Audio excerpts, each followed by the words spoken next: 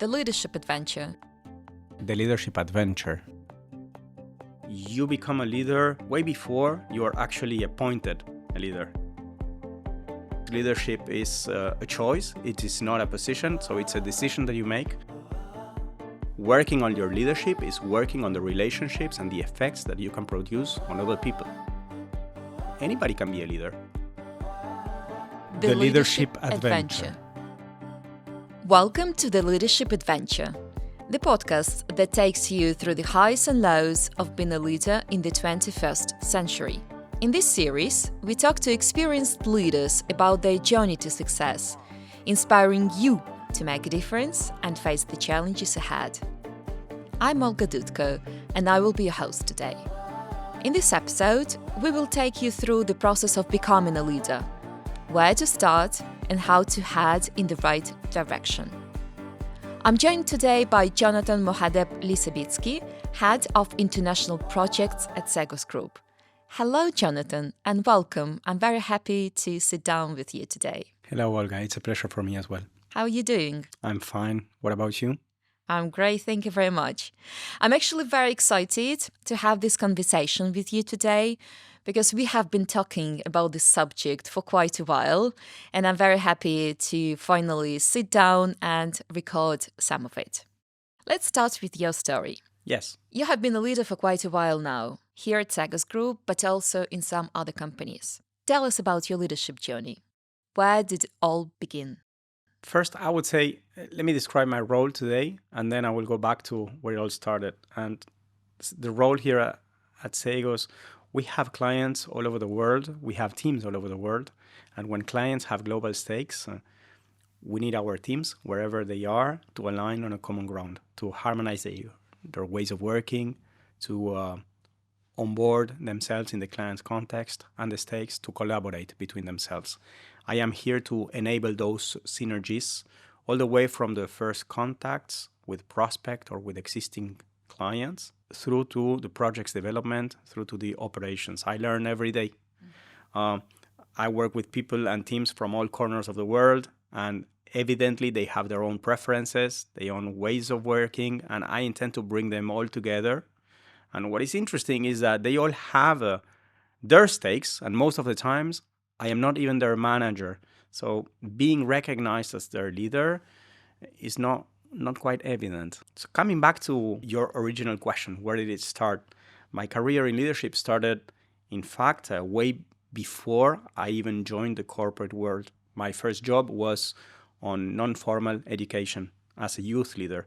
I was actually appointed as an educator, bringing the kids together around value-centered social, cultural development projects and special events or activities. It was on weekends, it was on holidays. It was a mix of these and fun, recreation. You may think it's like a scouter or a scout leader, let's say. Okay, something similar to that. And still today, I find myself bringing resources, group dynamics, challenges to work in teams that I first applied on that first job as a non-formal educator. It is not really easy to organize a group of teenagers around a project that entails, no matter what, volunteering for a community, giving back to society. It's not even easy to have them follow your lead when you are camping or on a trip, when they feel that they are very far away from the organized world that gives them rules. And still, I managed to handle that. And in the corporate world, I would say it's comparatively easier to raise attention, to establish a professional relationship with a well-educated, with a responsible person, with a professional. I mean, it's quite easier for me to make grown-ups consider you a leader. If I compare this to the teenager. I would say that what I learned along the way is that once you discover the leader in you, the next steps are not so difficult. Yes, I did evolve, I did change, I did adapt based on my teams, on our context, on our challenges. But I would say that the essentials, the foundations, they remain. And there is some sort of inner wisdom, some inner force, I would say, the values, the beliefs, the mindsets, the skills, that even the techniques that you will develop as a leader that go along all the way with you, but maybe that you gathered from past experiences. That's very interesting. It seems like you became a leader way before you integrated corporate world. And, whenever I have similar conversations with other leaders, it always makes me think that becoming a leader happens from the inside. And sometimes it has nothing to do with the hierarchy. What are your thoughts on that? Well, not at all, of course. I don't make a connection between hierarchy and Yeah. leadership. I would say that you become a leader way before you are actually appointed a leader. In fact, I would say that you wouldn't define yourself as a leader. You cannot say, hey, I am a leader. I'm not a leader. Leader is the name that others will give you. It's the expectation that others have on you. It's only other people, the one that can call you a leader. Maybe just as an example, let's say, so I was not appointed. I remember when I first arrived at Cegos, maybe because I came from a different country and I have a different upbringing, a set of experiences, and even professional career. So when I arrived and I started, in fact, creating, let's say, designing and delivering training, I was using icebreakers, energizers, techniques, group dynamics that nobody else was using. And I was not appointed here to redefine how to do that. Where I was, I started to see that many of my colleagues decided to say, okay, we're going to use that. We're going to test that because it makes sense, because it works. And even if, let's say, I was not appointed to lead that type of process of innovation, it just happened. And then eventually it spread out. And I found myself in situations with people that I had never encountered, that they were already using part of those techniques because they had proven, they have studied, they had refined them, and they were already there. I would say that it takes proactivity to become a leader rather than position, because leadership is a choice. It is not a position. So it's a decision that you make in order to make change, to provoke change. Listening to you, I was thinking that to some, becoming a leader comes very, very naturally. They're just born leaders. As you mentioned in your examples in the past, when you were younger. So let's talk about this. So are leaders born? Or is it something you can develop, the skills, you can develop to become a leader? That's an interesting question. We tend, so as leaders, I would say we tend to make a lot of comparisons. Sometimes they are not fair, but we make comparisons between leadership and parenting. I can assure you, I was not born a father. And still, I intend to be the best dad in the world. I am a father to my kids, and I am not just a father, but a father to them. As that, I believe that I have been that not only ever since they were born, but also ever since I realized that this was my role to them, the role that I want to assure. So I don't think there's this thing about being born a leader. I think that you develop along the way. And some people would have some natural conditions they are born with, and that's great. It's like, okay, maybe you're halfway through the path, and at the same time, halfway through what? There is no destination. It's not that it's not really binary. Are you a leader or are you not? It's what kind of a leader can you be, and how much of a reference you can become to others. I think that this is sort of what you develop. As leadership is a role, you can develop it.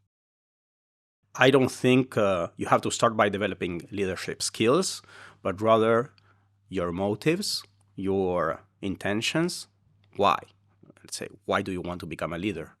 And then, okay, what kind of leader do you want to be? If I say that leadership is a role, it means to me that it's not about me. It is about the relationship I have with others. When you have a role, it's a relationship you have with others. And that means that working on your leadership is working on the relationships and the effects that you can produce on other people, the positive effect that you can produce on other people. And therefore, I believe that because it's not necessarily innate, anybody can be a leader at any time of their lives. And I think that regularly speaking, let's say on a day-to-day basis, you will find yourself, I find myself leading certain situations, certain challenges, certain activities. Maybe I'm not called to, but the moment people start looking at me and saying, I'm expecting from you, and I'm going to follow what you say or what you suggest, this is your moment, this is your 15 minutes of fame, treasure that. So you're becoming a leader for others. And that's so natural. Because it's a role, it can move. It doesn't have to be staying in a specific place. I see that in the corporate world, the professional world, the appointed managers, let's say, they should assume leadership. Sometimes they don't, for many reasons. Sometimes they are very wise not to do that. I think it's both, right? on one hand, there are people who are naturally born leaders. They lead because they have this intention, they have this why that they have very, very clear in their mind. I would say yes. There's about the clarity in their mind. There's this quote that I like. The future belongs to those who believe in the beauty of their dreams. There's something about, we would say, leadership could start with a vision. Visualizing something and want to make it happen. When you have that vision and when you have made a choice that you also want to become a leader, then your journey starts. Of course, it doesn't start only with you. As I said before, it starts with others, recognizing your legitimacy as a leader. It's very interesting. And I want to talk to you more about the journey and the people. The other day I was watching a movie in which there was this woman talking to her friend, asking him what makes a person wake up, become a best version of themselves or develop their full potential. And her friend was saying that there are two things. On one hand, there is the environment in which the person thrives or not. And on the other hand, there are the people the person interacts with. So my question to you, from your perspective, what is the impact of people and the environment on our leadership style, our leadership skills, and our ability to lead? Well, I would say both are important. Both people and environment. In a certain way, as a leader, you have to have the capability to decode what's going on around you, and that would be either the context, the environment, the people, the challenges. Possibly the environment will enable change, so it will enable your leadership. Possibly the environment is just the opposite. It just makes it difficult, and because of this difficulty, you see the changes required. As for the people will give you feedback all the time. Yeah. And based on that feedback, you will always have to take it into account. It's our reconnection with reality. It's our way of really understanding what's happening with the people that we are leading or supposed to be leading. When you are bringing this idea about the environment, I don't know, this thought appeared in my mind, and I want to tell you it's a story that I learned when I was younger. And it's, I'm going back like thousands of years. There's this, biblical times, okay? Yeah. So, Hebrews leaving Egypt and crossing the waters. Okay, so we have been told a lot of stories about this, and we use Moses as an example of leadership and so on. Great. I want to bring another character here. He's called Nachshon. Okay, and the story is that when the Hebrews were just in front of the sea, and we are told the waters opened for them so they could cross and they could escape from the ancient Egyptians that were chasing them. This story, which is not written in the Bible, it's part of the Midrash, okay, so it's oral tradition, tells that it was a guy called Nachshon who set the first foot in the water, but the water didn't open. So then he entered up to the knees and the water didn't open. Still entered up to the waist and then up to the neck, and the waters were remaining like that. And so the sages say that it was not until the water was at the level of his nose and he kept on progressing and walking that the sea opened up, and then the rest would follow. And I think there's this thing about, so when we talk about the ecosystem, do you think that the ecosystem is enabling you or helping you? No, maybe you just want to affect the ecosystem and it's not helping, but you still have to have a reconnect with the other idea, with that vision that you have. So I think that this is going to happen. I really believe that this is going to happen. Okay, so the waters will open, or we will succeed with that project. We will definitely achieve that turnover that we're looking for, or we are going to enable a specific transformation in our processes or ways of working. If you don't believe it's not going to happen. So the experience that the leader has is dramatically different than the experience that the others would have. The followers, they just walked. Yeah. But the first one was about to get drowned. Exactly. And I think that it really talks about how is it that we want to affect the environment. There's another example. Now I'm talking about the environment, and when I think about leaderships, I think about flowers and growing flowers. So I know we talked about this several times. I love this example, yeah. So the idea that, okay, so I am leading a team, so it looks like the team as if it was my garden, my flowers or my specific parcel of flowers or trees in the garden. So do you water that? Where are you working on, really? And as a leader, I think that you just need to understand what the plants, what the trees, what the flowers need, and which is not only water. You have to work on the soil. And when you work on the soil, the nutrients, the food for them, you're actually working on a place, let's say, so physically speaking, that will enable other plants, flowers, and trees to grow. But you just don't care. Either instead of focusing, I'm only developing that, and this is where, let's say, the effect of my leadership is produced, I just work on treating the soil, on making better soil, better nutrients for any flower that would appear here, maybe some that I didn't even know exist or would potentially exist. I really love this example. For me, it's like one of the perfect examples of how leadership can impact the environment. It's not only about, as you say, your tree, your plant. You also think about the environment and the impact your decisions might have on the environment. So if we talk about impact, I would like to talk to you about some probably people that had an impact on you as a leader. What is the best piece of advice you have been given? It's really hard with me and the people because I tend not to have any kind of, idols or big references because everybody is human. And when you name somebody, you know that you cannot take 100% of that. Yeah. But you would rather take, advice or behaviors or specific attitudes or values that you see along the way and you collect. I would even say that while doing that, there's so many things I learned not to do. As when we do that, I talked about parenting before, we grow sometimes as well based on what we learned from our parents, from our ancestors, and sometimes we just don't want to do that. Yeah. Many other times we want to do or we want to do different. So we usually say as a leader, you have to give feedback, okay? I believe that as a leader, you have to receive feedback. You have to receive and you have to give. And because feedback is a treasure, feedback is precious, and you have to know how to do that both ways and to show that you are open to receiving feedback from others because it lets you grow a lot and it creates a different relationship with the ones that are giving you feedback. Another advice, I would say, rather than advice, I take it as a mantra because it's like maybe it's a catchphrase, it's pay it forward. Pay it forward. You're not here to collect, you're here to give. The moment you understand you're here to give and to enable others, to clear the path for others, then as well somebody else will be clearing the path for you. If not, you do it yourself. But as a leader, you have to be proactive about others' development, unleashing other potential, and you still have to pay it forward. You don't have to wait. Yeah, I really loved this first part you mentioned about feedback, because as you said in the beginning of our conversation, you were saying that feedback helps to stay grounded and connected to the reality.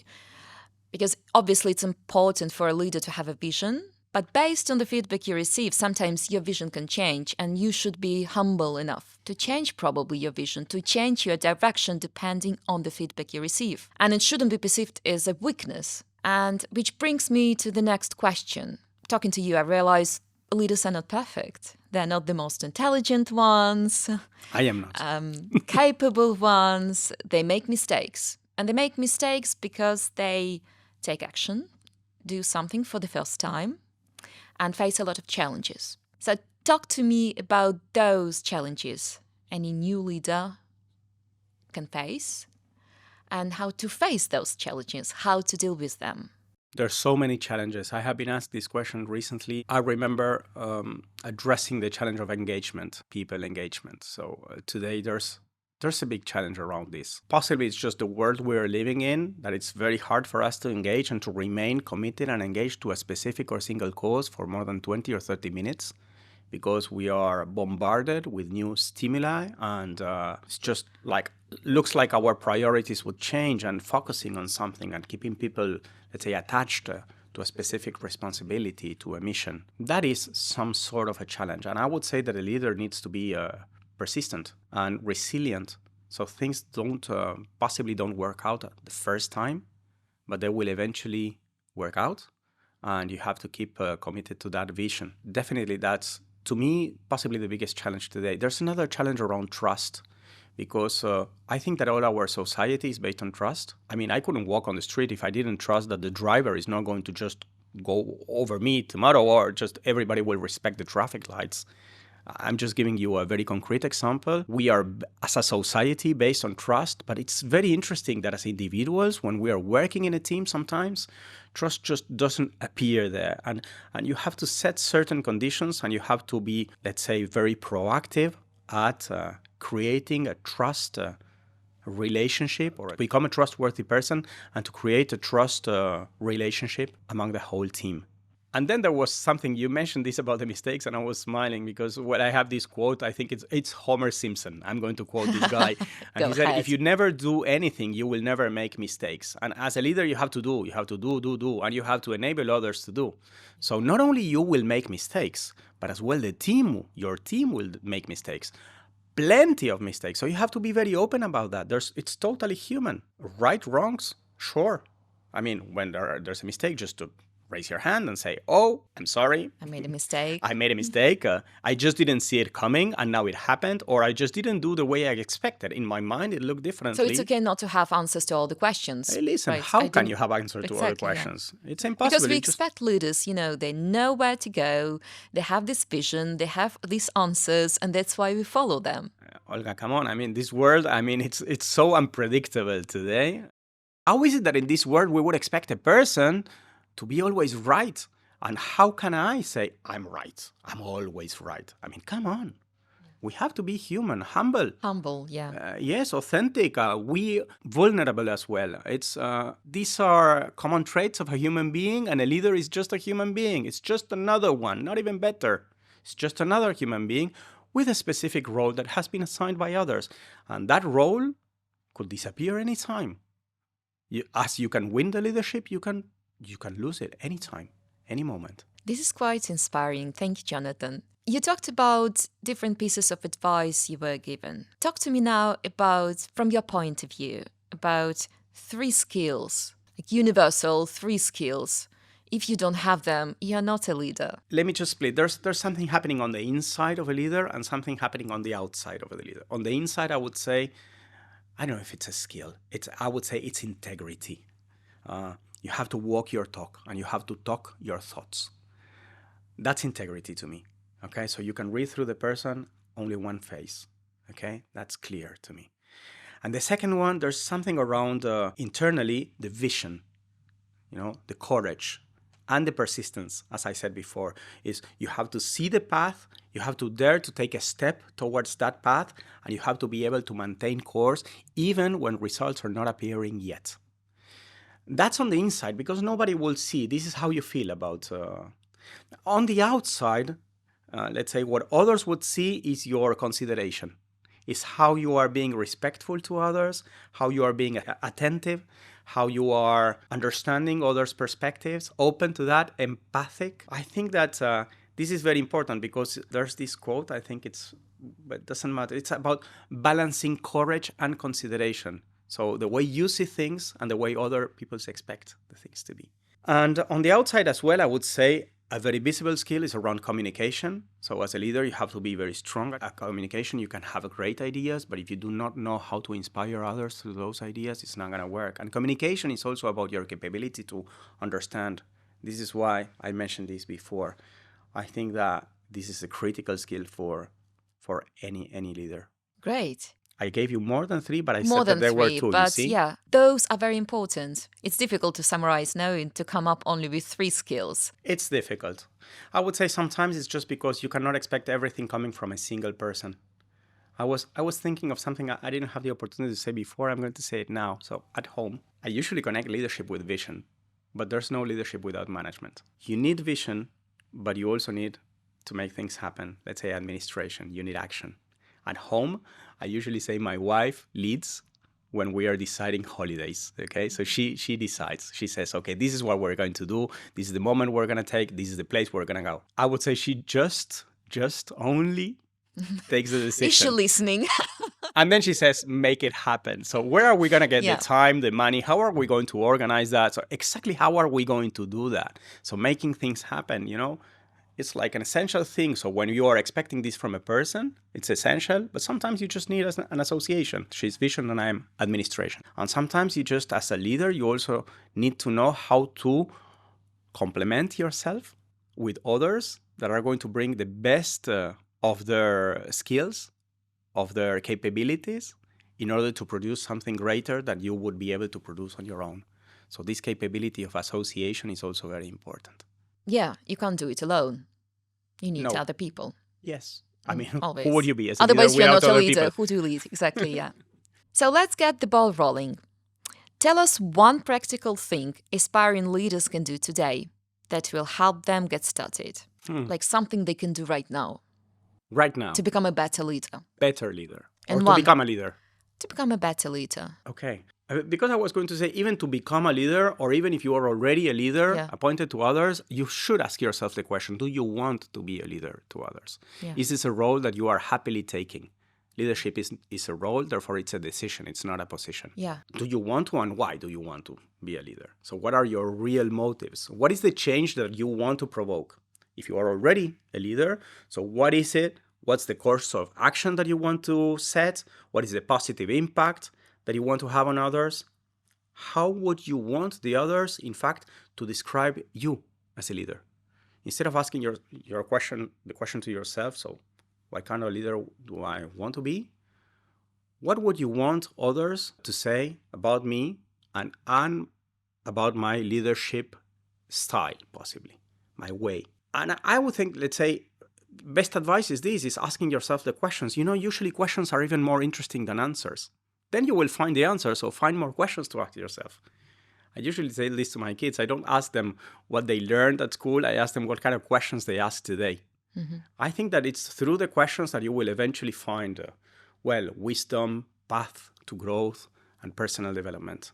And so I would recommend anyone who is a leader or wants to become a leader to identify, so what is the question I'm asking myself today? And possibly just look around. What is the change that is needed? What are people needed? How can you contribute? How can you contribute? Is there another flower I can grow? Exactly. Is there more soil that I can treat? Yeah. Thank you, Jonathan. I really loved our conversation today, and you gave me so many ideas for future podcasts. It's been a pleasure. Anytime, Olga. That's it for this episode. Join us next time for more inspiring stories and tips on how to win at being a leader. Until then, goodbye. The Leadership Adventure. The Leadership Adventure. The Leadership Adventure.